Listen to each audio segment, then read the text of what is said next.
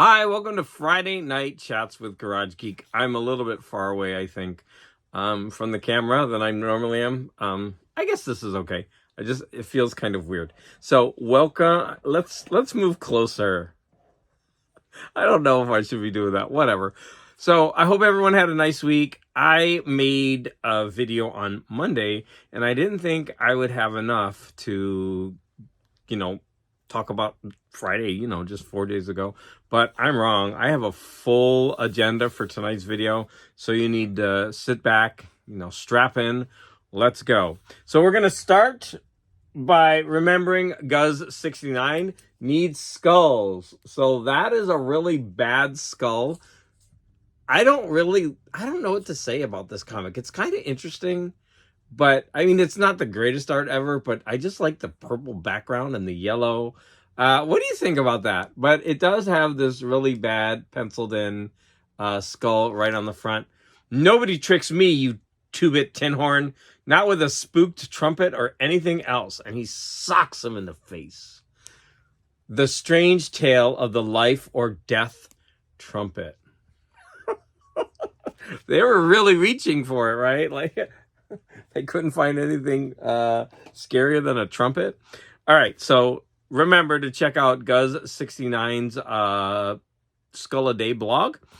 I will be on Larry's Library stream tomorrow morning, 6:30 a.m. my time. Don't forget to check it out. If you can't join live, then, of course, watch it in rerun.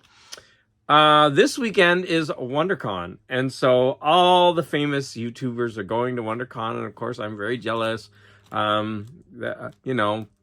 They're all getting together, making videos. They're going to be posting them. There's probably a bunch already. I need to get online and check. So I'm going to be very jealous to be missing WonderCon, missing out on all my YouTube friends, all my army. They're out there buying comic books, having fun, filming, and I'm at home. That's okay.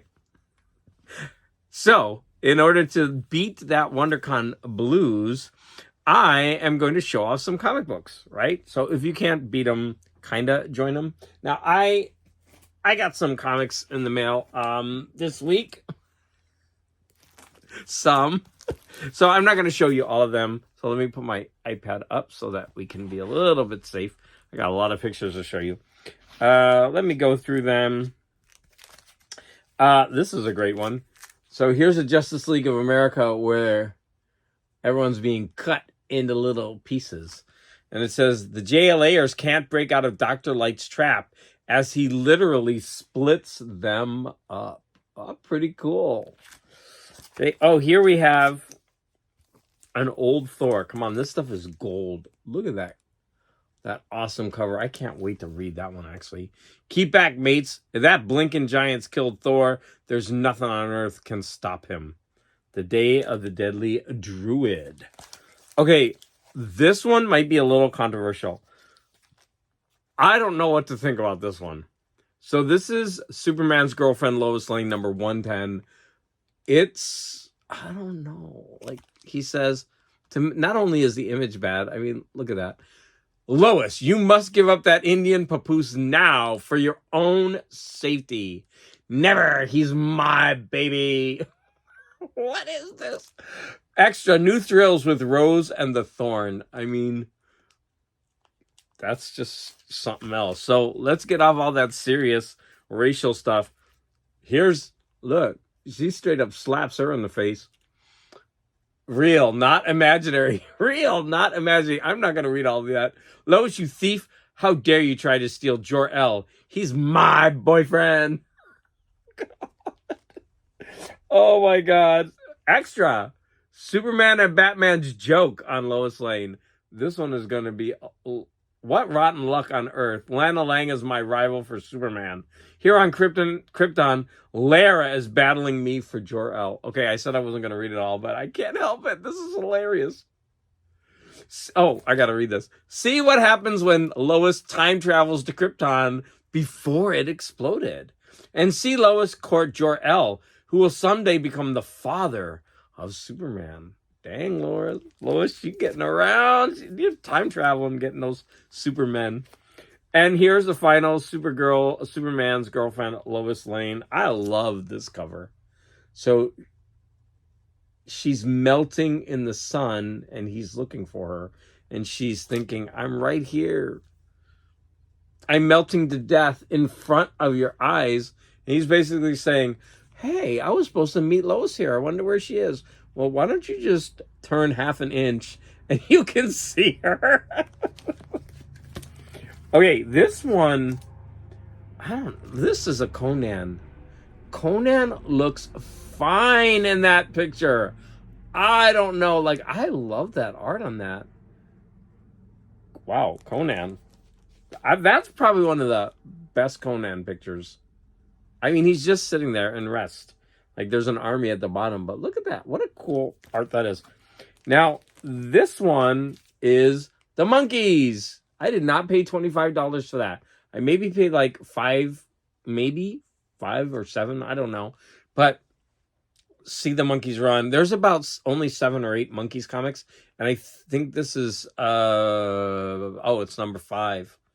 Yeah. I don't know. Now, this is another one of these comics, like, what child in their right mind is ever going to want to read The Young Lawyers? I guess it's from a TV show, and there's only like 2 or 3 of these. And when a bomber strikes, who is to blame? Like, who wants to read this? I guess if the TV show were popular, but... All right, I got a couple of Sergeant Rocks. You know, we got Nazi covers here. This one's pretty cool. He's like, you better give it up or I'm going to shoot you on the count of 3. Here's a Get Smart. It was written on. Mystery in Space, where we got turtles with people on their backs battling each other. This stuff is hilarious. This is like one of the worst covers, like The Outer Limits. We got some random. I've always really, really liked that cover of Batman. All those colors when they're just flying around.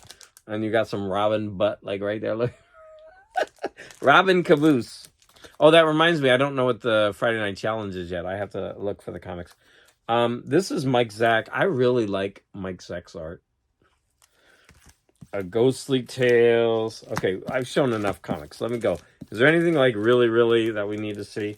Let me go through. Oh, this one I gotta show. Okay, this. Gotta put all these comics down. I had to buy this. No one wanted it because someone drew a pattern all over the cover. Like, that's not part of the art. And then they put like stockings all over this girl. And they like wrote on her leg. And yeah, they wrote in the thing. And I thought, you know what, why not? I mean, that's kind of nice. I mean, look at that art. They actually did a really good job on her stockings. And I thought, yeah, I still want to buy this. I think that's kind of cool that someone, you know, drew all over that. And if I get another copy of it, that's great. But I've got a piece of original art here. Yeah, no one wanted it because of that.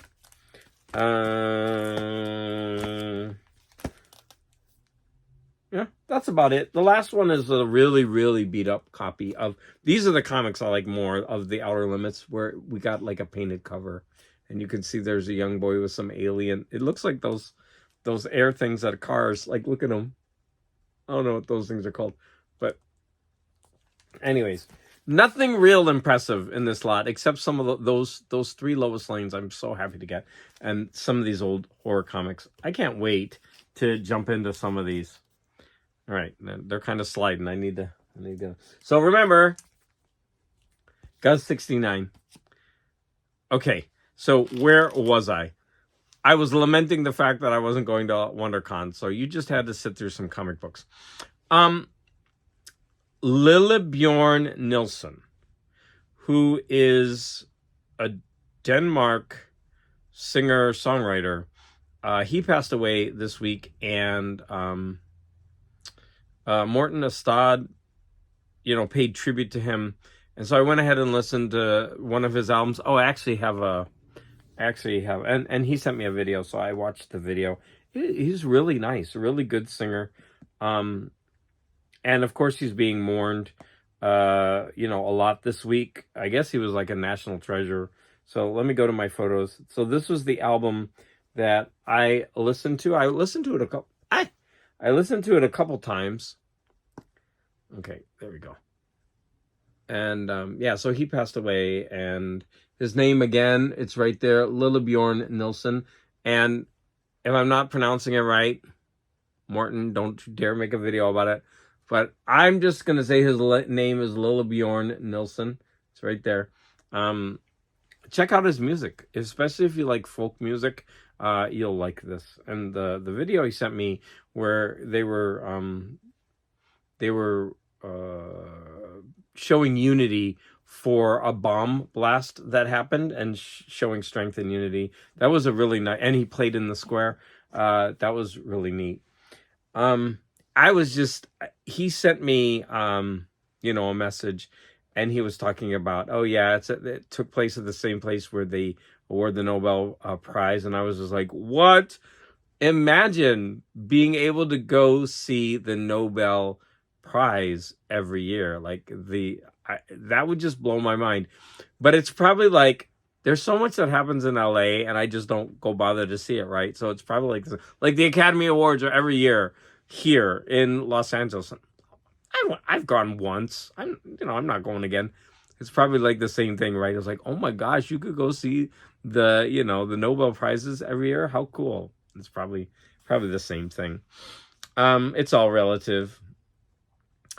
So besides that, I've been listening to the Screaming Trees a lot, and I've been listening to this a lot, and I've also been listening to the really famous album, like the most famous album by, oh God, what's that group that all the proggers love? Oh my gosh, how am I forgetting it? No Solution's gonna kill me. Is that one prog rock band that is like, he and like so many of them, they love this. Oh, Marillion. I'm gonna get some flack for that. So I've been listening to the one with the boy that's dressed up like he's in a band. I've been listening to that this week, because of course, like, he recommended it.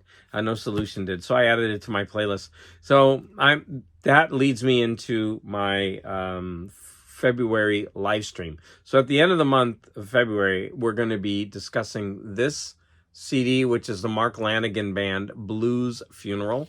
We're going to be discussing this book, The Day of the Triffids, classic science fiction by John Wyndham. We're going to be discussing the movie A Hard Day's Night, starring the Beatles, by Richard Lester, and this graphic novel, Stitches. Okay, let me just hold that up the right way. No one needs to see my old skinny stick arms. Stitches, by David Small. So I'm going to be posting a notification of that soon. And then, of course, near the end of the month, I will post the link. But again, let's not forget about Larry's library live stream tomorrow morning. Okay, the rest is movies and books. And I have 5 movies to go over. I've been busy. And 3 books to discuss.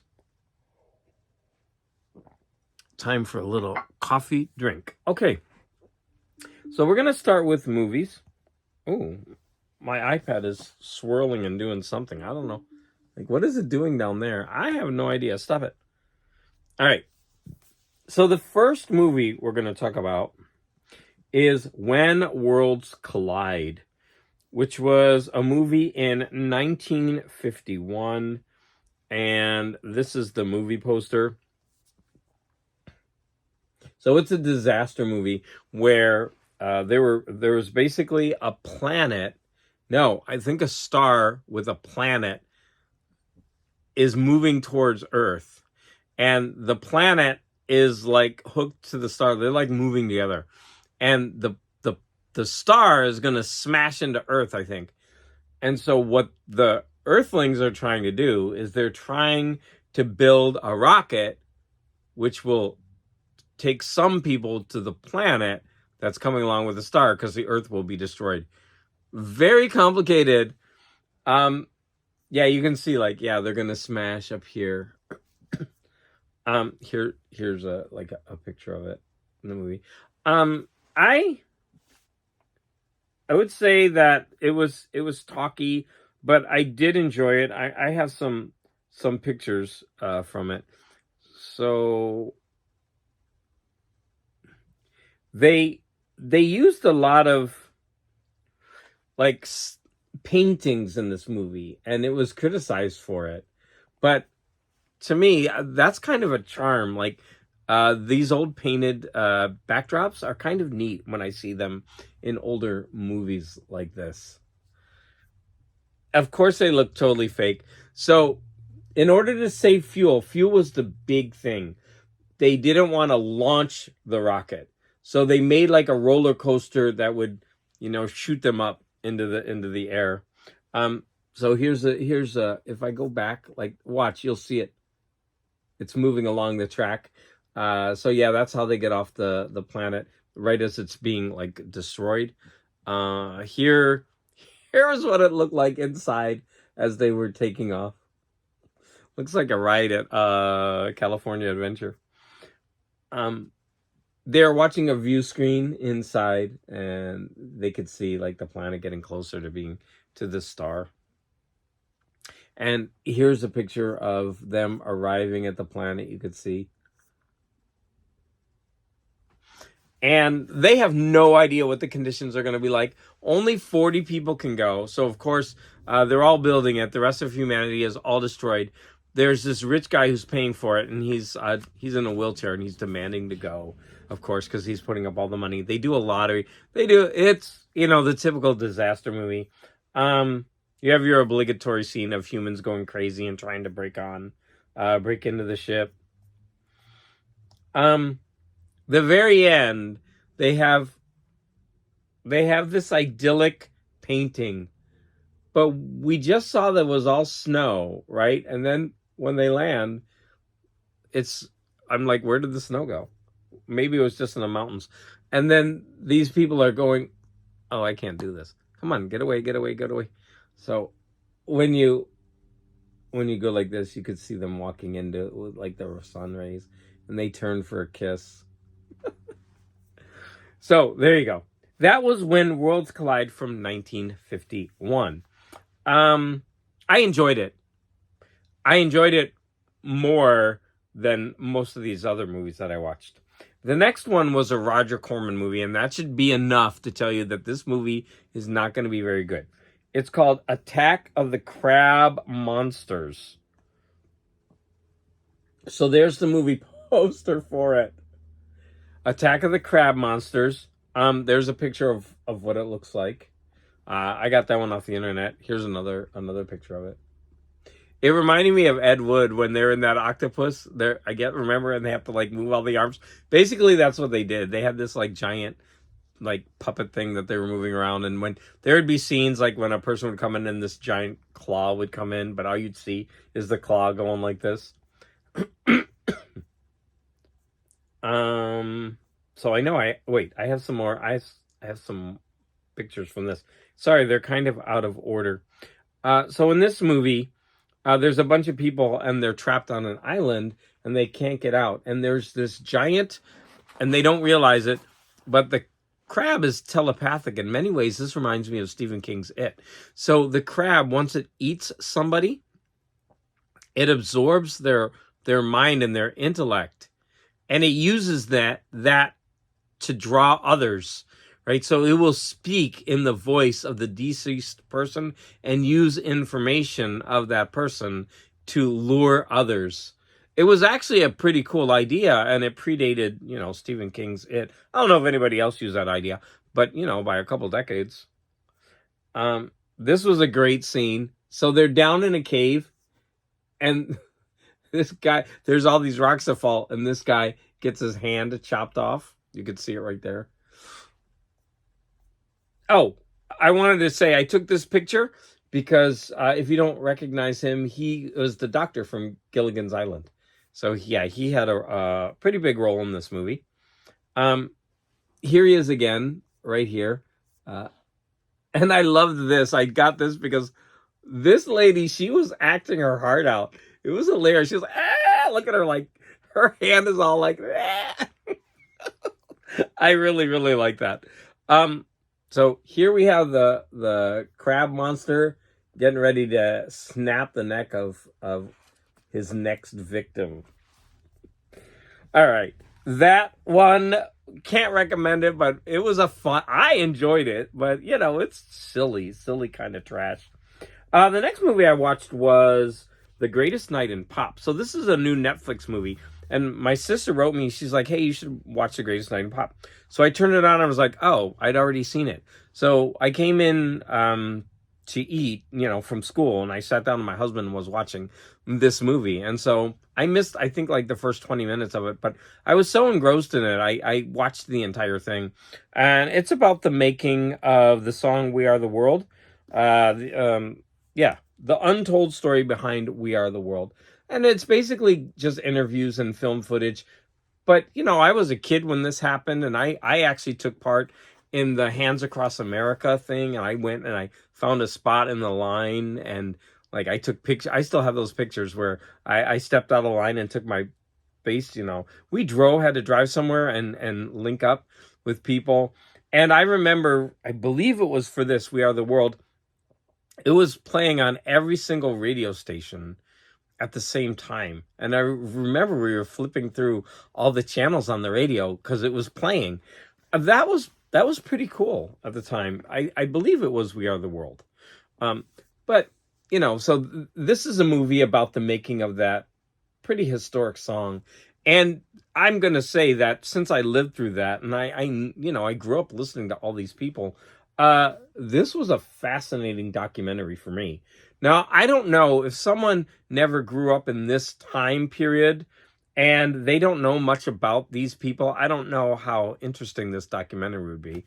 Some funny things is how Lionel Richie like mimics Michael Jackson's voice. I thought that was in pretty bad taste, but he keeps doing it. It's pretty hilarious. I really enjoyed this documentary.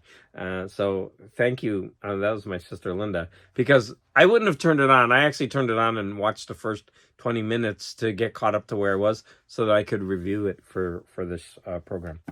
Next, we have two more movies. We have a real and complete stinker called The Invisible Invaders. So basically, these people, they're invisible, and they come, I think they said from the moon. Like they colonized our moon. They're not originally from our moon. And what they do is they will inhabit a dead body and walk around like a zombie. But when they're not in a dead body, you can see their tracks moving in the dirt. And the funny thing is they keep reusing the same footage over and over in this movie. But there's an important piece of history because I think they said that George Romero most likely got his inspiration for his zombies from this movie. Yeah, and as you can see, I mean, the way they were walking around and even the face paint looked very similar to Dawn of the Dead. Night of the Living Dead.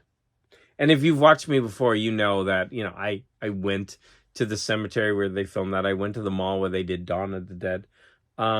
So yeah, I don't need to go into that. But so for example, there's a picture of, one of the alien inhabited dead people. Look at this. I thought this was a gorgeous backdrop in this movie. And then they're watching the zombies come. And that is very reminiscent of Night of the Living Dead. Yeah, they're all walking. And the weirdest thing is all these zombies were in suits. Like they were all businessmen.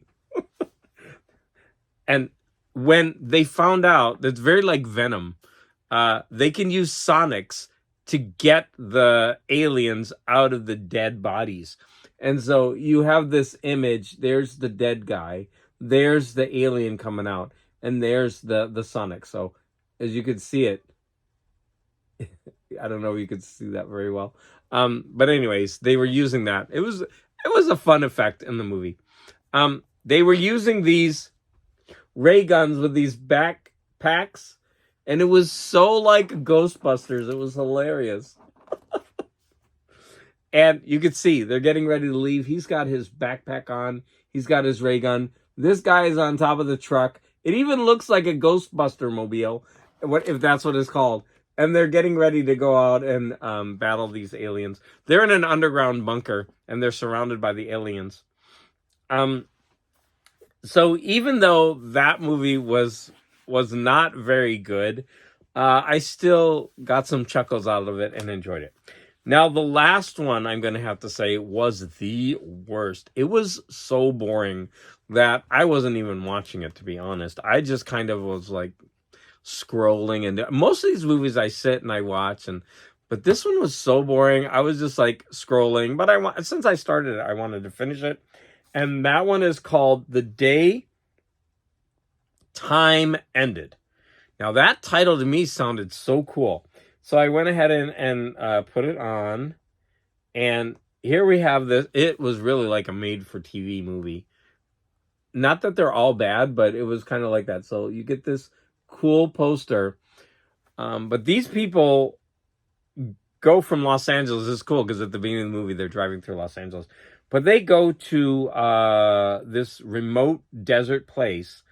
And all these weird things start happening. So it was basically like a haunted house movie. They were in this house, and there are all these earthquakes and lights, and like nothing really happens. It's like, yeah, they're in, and some of them are such bad actors.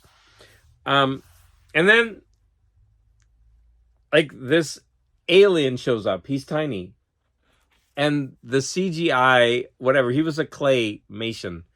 It was so bad. It was like Ray Harryhausen. And this was in 1979, and Harryhausen was doing that in the 60s.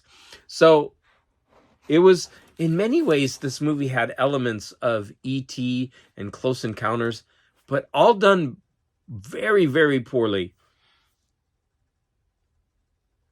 And somehow, like, this movie was so weird. Like, the majority of the movie, they're like battling this like small robot that's flying through the air when the house isn't rocking and shaking or lights aren't flying around.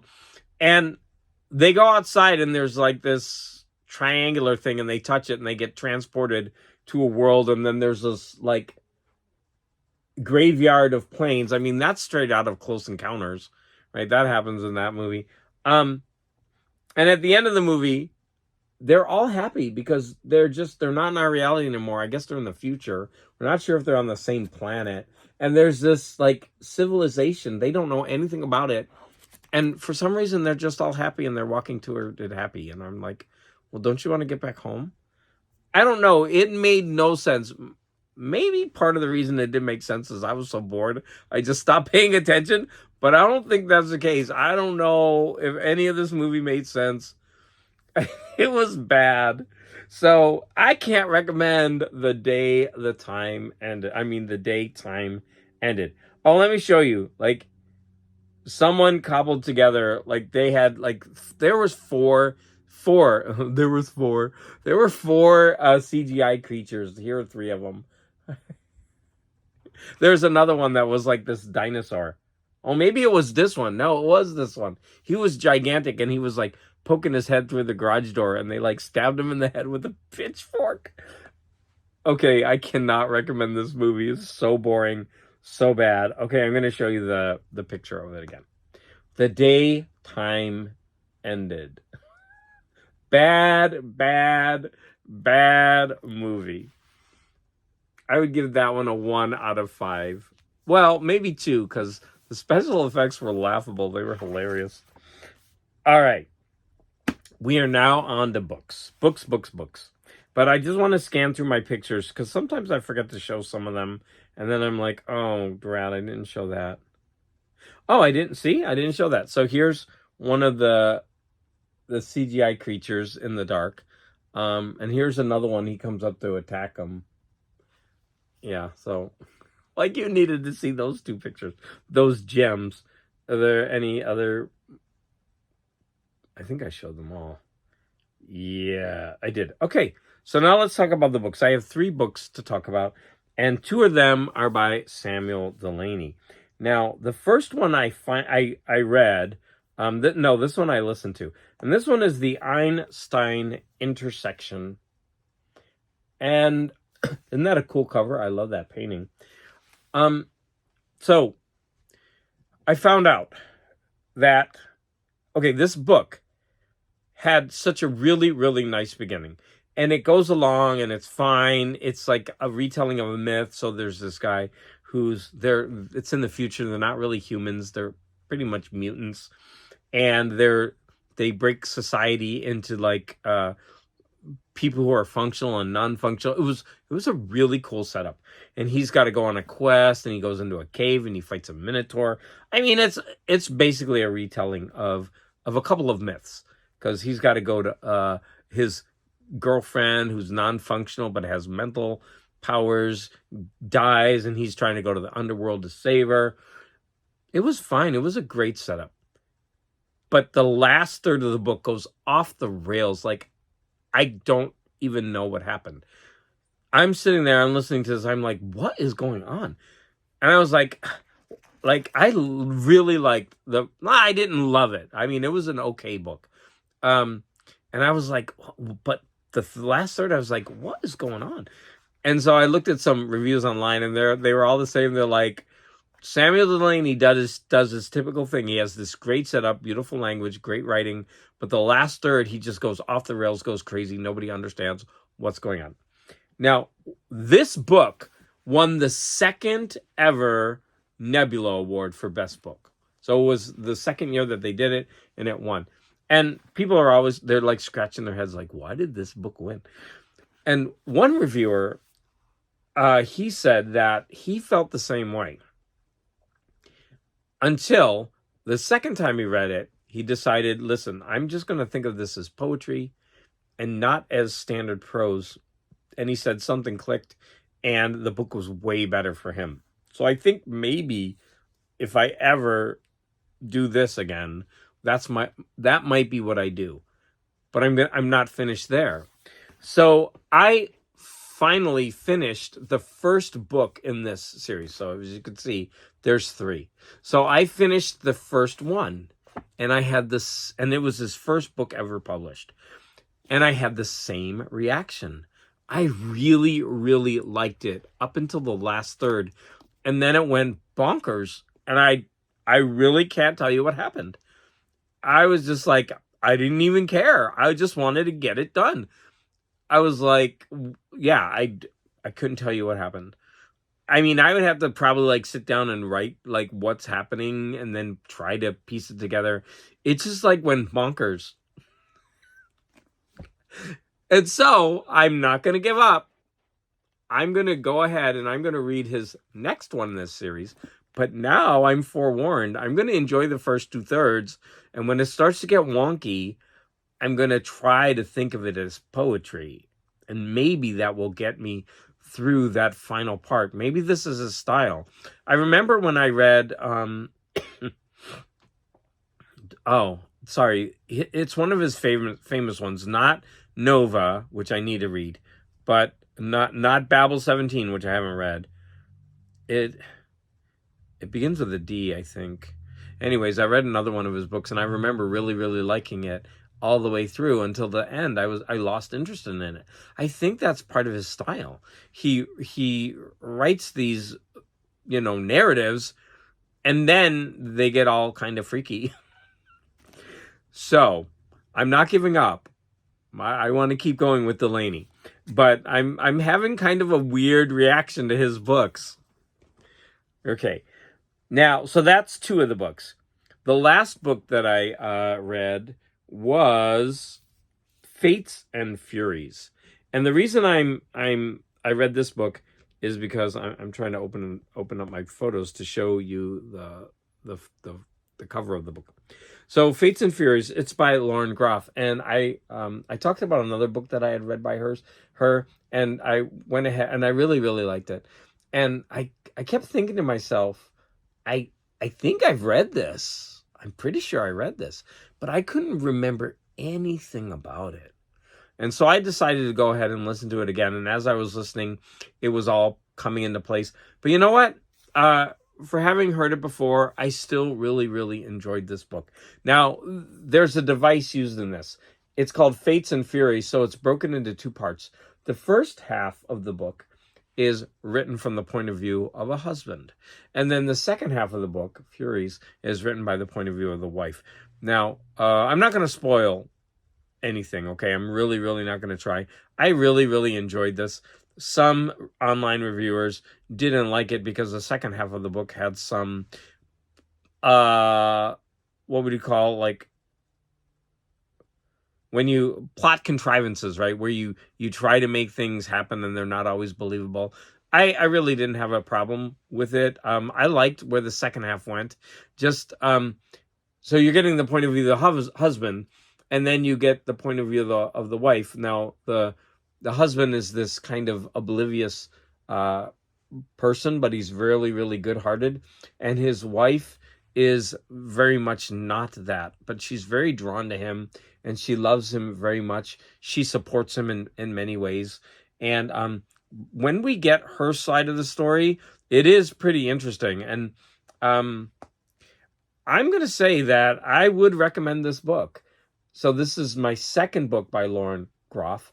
If what I talked to you, if what I said right now interests you, then maybe you should give this book a try. I have another book by her called Matrix, which is part of that the Females in History series. So she's writing 3 of them. I think she's only had 2 out, and the first one that I read was in that series that I really, really liked.